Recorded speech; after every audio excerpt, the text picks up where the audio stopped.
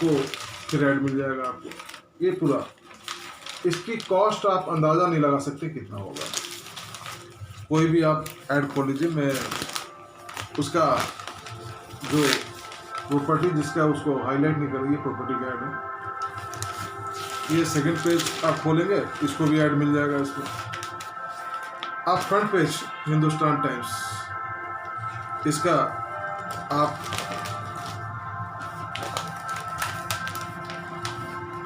Property का add, इसका दूसरा पेज खोलिए, ये प्रॉपर्टी का ऐड।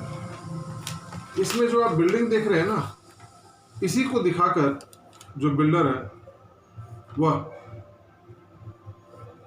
पैसे इन्वेस्ट करवाता है। कुछ तो वर्चुअल होता है, वेबसाइट कहीं दूसरा वेबसाइट से, और कुछ तो होता है कि इस टाइप से मैं प्रॉपर्टी को बनाऊंगा। चलो ठीक है। अब रहा बात ये कि आपको किस टाइप का प्रॉपर्टी में पैसे लगाना है, क्योंकि कुछ तो पैसे वाले हैं और कुछ जो है गवर्नमेंट जॉब वाले हैं। एक पैसे मिलता है उन लोगों को सैलरी मिलता है, और उसी पैसे में से, उसी सैलरी में से वह जमा कर वह चाहते हैं कि कहीं पर अपना एक आशियाना हो, रहने का ठिकाना हो।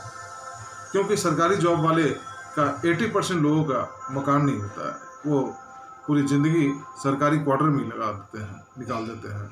और जब सरकारी क्वार्टर खाली करने का समय होता है तो रिटायरमेंट का जो पैसा होता है वह किसी बिल्डर को इसी तरह का एडवर्टाइजमेंट देखकर पैसे को दे देते हैं, कि सोचते हैं कि 2-3 साल में मिल जाएगा। इसमें दो चीज़ें हैं, एक तो अंडर कंस्ट्रक्शन प्रॉपर्टी और एक होता है ready to move. Under construction property जो होता है वह थोड़ा सा सस्ता होता है रेडी टू मूव जो प्रॉपर्टी होता है उसकी अपेक्षा। मेनली इन्वेस्टमेंट के लिए होता है वो। आपके पास पैसे हैं तो आप इन्वेस्ट कर दीजिए, 3 साल 4 साल में जब बनेगा तो मिल जाएगा। अब खेल यहाँ से स्टार्ट होता है। आप बिल्डर के पास गए, आप प्रॉपर्टी बुक कराएं, कुछ अमाउंट उसको दिए, और आपके दिमाग में कुछ नहीं है, आप तो सिर्फ ये देखें कि आपका उसका जो एग्जीक्यूटिव है वो दिखाएगा कि ऐसे ऐसे प्रॉपर्टी है, ये बनेगा जी, तो आपको लगेगा कि नहीं बहुत ही अच्छा है। आप उसी चीज़ का पता नहीं करते हैं। आप सपोज अगर रांची में हैं, आप पुणे में हैं, अगर नोएडा की प्रॉपर्टी है, आप बैठे बैठे बुक कर देते हैं। सबसे पहले कोई भी अंडर कंस्ट्रक्शन प्रॉपर्टी है, अगर आपको बुक करना है, आपको अगर लेना है, तो आप उस जगह जरूर जाएं। आप वहाँ पर देखें, आप वहाँ पर पता करें आसपास से, ये ज़मीन डिस्प्यूटेड तो नहीं है, आपको बता देगा आसपास का आदमी। अगर वैसे भी पता नहीं चलता है तो आप वहाँ का जो उस सिटी का डेवलपमेंट जो सरकारी एजेंसीज होता है उसके पास जाएं, और वह आपको सारा ब्यौरा दे देगा अगर आप रिक्वेस्ट करेंगे तो। इससे आपको मालूम चल जाएगा कि उस प्रॉपर्टी का कंडीशन क्या है, पैसे लगाने लायक है कि नहीं। इन्वेस्टमेंट करने से पहले, आप पैसे देने से पहले थोड़ा सा आप एक्सरसाइज कर लें। कोई भी पेमेंट आप कैश से ना दें, हमेशा चेक से दें। और इसमें दो चीज़ बातें ध्यान रखिएगा। एक बिल्डर जो कंपनी होता है वो होता है, और एक वह अपना एजेंट रखता है। आप अगर एजेंट से बुक करवाते हैं, सपोज आप 10 रुपये दिए एजेंट को, तो 25 रुपया, अगर सपोज 10 रुपया दिए तो 25%, मतलब क्या हो गया कि 25% जो है वो एजेंट जो है अपने पास रख लेगा, 75% जो है वह बिल्डर को दे देगा। अब बिल्डर एडवर्टाइज है, आपका स्टाफ है, इसका खर्चा कैसे निकालेगा? तो उसी में से 25% जो है वो आप बिल्डर रख लेगा। तो आपका जो एक्चुअल अमाउंट है 10 रुपया, 5 रुपया तो चला गया आपका, 50% तो चला गया। 5 रुपया उसको कहीं पर इन्वेस्ट करने के लिए रखेगा। वो आपको जो दिखाया होगा हो सकता है कि वहीं पर बनाएगा, लेकिन वो चाहता है कि नंबर ऑफ जो बायर अगर उसके पास ज़्यादा आएगा तो पैसे भी ज़्यादा आएंगे। बाय द वे, आप 10 लाख दिए, आप 10 लाख देकर और आपकी कंडीशन ठीक नहीं है, जैसे अभी कोविड का समय भी चल रहा है, आप जब पैसे लेने जाएंगे तो बिल्डर हाथ खड़े कर देगा, बोलेगा नहीं जी, जो जिससे आप बुक करवाएं आप पैसा उसी से लो, आप परेशान हो जाइएगा, आपको लगेगा क्या हो गया। फिर आप जब एजेंट के पास जाएंगे कुछ तो खाली करके 1 2 3 1 2 3 हो जाते हैं, जो पकड़ में आते हैं वह आपको कुछ देगा नहीं। फिर जब आप बिल्डर को अप्रोच करेंगे तो वो भी आपको लटकाता रहेगा, मतलब मामला लटक जाएगा आपका। दूसरा ये कि जब आप बिल्डर से डायरेक्ट एग्रीमेंट करते हैं, पैसे उसको डायरेक्ट देते हैं, चेक के द्वारा डायरेक्ट देते हैं पैसे, तो उसमें जो एग्रीमेंट में क्लाउज लिखा होता है, उसमें लिखा होता है कि अगर आप कैंसिल करते हैं तो आपका जो प्रॉपर्टी का रेट है, आपने दिया सपोज 10 लाख, प्रॉपर्टी का रेट है 60 लाख रुपया, तो 60 लाख का 15% 16% वो आपको डिडक्ट कर देगा। अब आपने तो 10 लाख ही दिया ना, आपको क्या मिलेगा? आपको कुछ नहीं मिलेगा। आपको हो सकता है 1-2 लाख रुपया आपको खुश करने के लिए दे दें। ये तो रहा कि आप अगर कैंसिल करवाते हैं तो उस समय का स्थिति है, वो भी अगर आपको 10 लाख लेने के लिए फिर आपको कोर्ट का सहारा लेना पड़ेगा। अब आप इंस्टॉलमेंट दे दिए या लोन आपका लोन अगर क्लियर हो गया तो लोन का जो अमाउंट है वो आप प्रॉपर्टी लेने के लिए बिल्डर को दे देते हैं। पूरा सपोज 40 लाख की प्रॉपर्टी है, 40 लाख रुपया उसको, 30 लाख रुपया लोन आपको दे दिए पूरा अमाउंट, क्योंकि बैंक ऑटोमेटिक उसके पास सारा इंस्टॉलमेंट आपके अकाउंट से कटता रहेगा। आप जो है बिल्डर से APF नंबर वो ज़रूर पूछें। होता क्या है कि जो गवर्नमेंट एजेंसीज होती है, ये मिलता है जब सारा क्लियरेंस होता है उसके बाद ही मिलता है। सेकेंडली, रेरा का जो रजिस्ट्रेशन, जो अंडर कंस्ट्रक्शन प्रॉपर्टी हो, उसमें रेरा का रजिस्ट्रेशन बहुत ज़रूरी है, क्योंकि 2016 में एक्ट आया है रेरा, उसके हिसाब से अगर आप कोई बिल्डर अगर कोई कंस्ट्रक्शन कोई कर रहा है, अंडर कंस्ट्रक्शन कर रहा है, तो उसको 3 महीने के अंदर जो ड्यूरेशन, उसमें उसको रजिस्ट्रेशन करवाना जरूरी होता है उसको।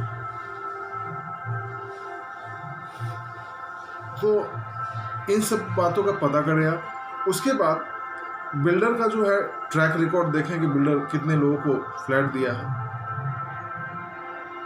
प्रॉपर्टी में बहुत ही मेन इंपॉर्टेंट चीज़ क्या होता है कि उस प्रॉपर्टी में कोई केस ना चल रहा हो। जैसे कोई किसान की प्रॉपर्टी है, उस प्रॉपर्टी को अगर बायर लेता है, वहाँ पे फ्लैट के लिए लेता है, तो होता क्या है कि अगर कोई डिस्प्यूट चल रहा है तो उसको NOC नहीं मिला होगा, और भी बहुत सारी चीज़ें हैं। आपने सारा पैसा दे दिया, एग्रीमेंट साइन हो गया, एग्रीमेंट भी एक तरफा होता है, वन साइडेड होता है, वो बिल्डर का ही बात करेगा एग्रीमेंट, आपका बात नहीं करेगा। मैंने बताया ना, एक एग्जांपल दिया कि 16% काट लेंगे, 15% काट लेंगे, और जब आप प्रॉपर्टी लेने के लिए जाएंगे, जैसे 3 साल उन्होंने बोला कि 3 साल के अंदर ये प्रॉपर्टी जो है ये मैं आपको दे दूंगा, सारा टावर बनाकर दे दूंगा। आप सोचेंगे 3 साल तो यूं ही निकल जाएगा। जब आप जाएंगे तो मालूम चला यहाँ तो कुछ हुआ ही नहीं यार। करते क्या कि उस पैसे को एडवर्टाइज में लगाते चले गए, उस पैसे को ऑफिशियल खर्चे में चला गया, और कुछ पैसे को वो क्या करते हैं, कहीं दूसरे प्लॉट में लगा दिए, कहीं दूसरा कंपनी बना लिए, उसमें लगा दिए, डायरेक्टर कोई और बन गया। बिल्डर अगर 3 साल के अंदर प्रॉपर्टी नहीं देता है, उसमें जो एग्रीमेंट होता है उसमें क्लॉज में साफ लिखा होता है कि अगर मैं 3 साल के अंदर प्रॉपर्टी दे दूंगा, और उसमें लिखा होता है अनफॉर्चुनेट सर्कमस्टांसेस के 6 महीने 1 साल हो सकता है डिले हो, चलिए कोई नहीं। आपको अगर ये पीरियड आपका पार हो गया है, आपको लगता है कि यहाँ पर कुछ नहीं हो रहा है, तो आप सबसे पहला काम करें कि कोई भी आप जो लिख कर भेजेंगे ना, खुद मत लिखें, आप किसी वकील का सहारा लें। फीस ही तो लेगा ना। अगर आप 10 लाख रुपया दिए हैं, 20 लाख दिए हैं, 40 लाख दिए हैं, तो लीगल नोटिस का फीस ले लेगा, लेकिन आपको लीगली सारा चीज़ जो है वो प्रिपेयर करके, वो तैयार करके आपको देगा। आप उसको नोटिस भेजिए। आपको लगता है कि मेरे साथ धोखा हुआ है, ये तो प्रॉपर्टी अप्रूव्ड ही नहीं था, या इसमें डिस्प्यूट चल रहा है, या कुछ ऐसा है, तो आप पुलिस कंप्लेन जरूर करें। पुलिस कंप्लेन करने से क्या होगा कि FIR होगा और बहुत सारी बातें जो भी इन्वेस्टिगेशन होगा तो सामने आएगा। चलिए, पुलिस कंप्लेन में FIR नहीं हुआ, आप निराश नहीं होइए, आप किसी वकील को पकड़िए और वह उस कंप्लेन के बेस पर कोर्ट में 156 दिन का एक FIR के लिए कंप्लेन डालेगा मजिस्ट्रेट के सामने। अब जैसे ही कंप्लेन डालेगा तो एक कॉपी जाता है थाने में, कंसर्न थाने में, वहाँ से पुलिस वाला स्टेटस रिपोर्ट लेकर आएगा। उसमें अगर लिख दिया कि नहीं जी ये तो सिविल केस होता है, आप फिर भी निराश ना होए, 200 प्रोसीडिंग CRPC में आ जाइए, प्रोसीडिंग करवाइए वकील के थ्रू और उसको सम्मन करवाइए उसको, और इधर एक केस आप रेरा में डालिए। ऑप्शन आपके पास है, आपको निराश होने की जरूरत नहीं है। आप हिम्मत रखिए,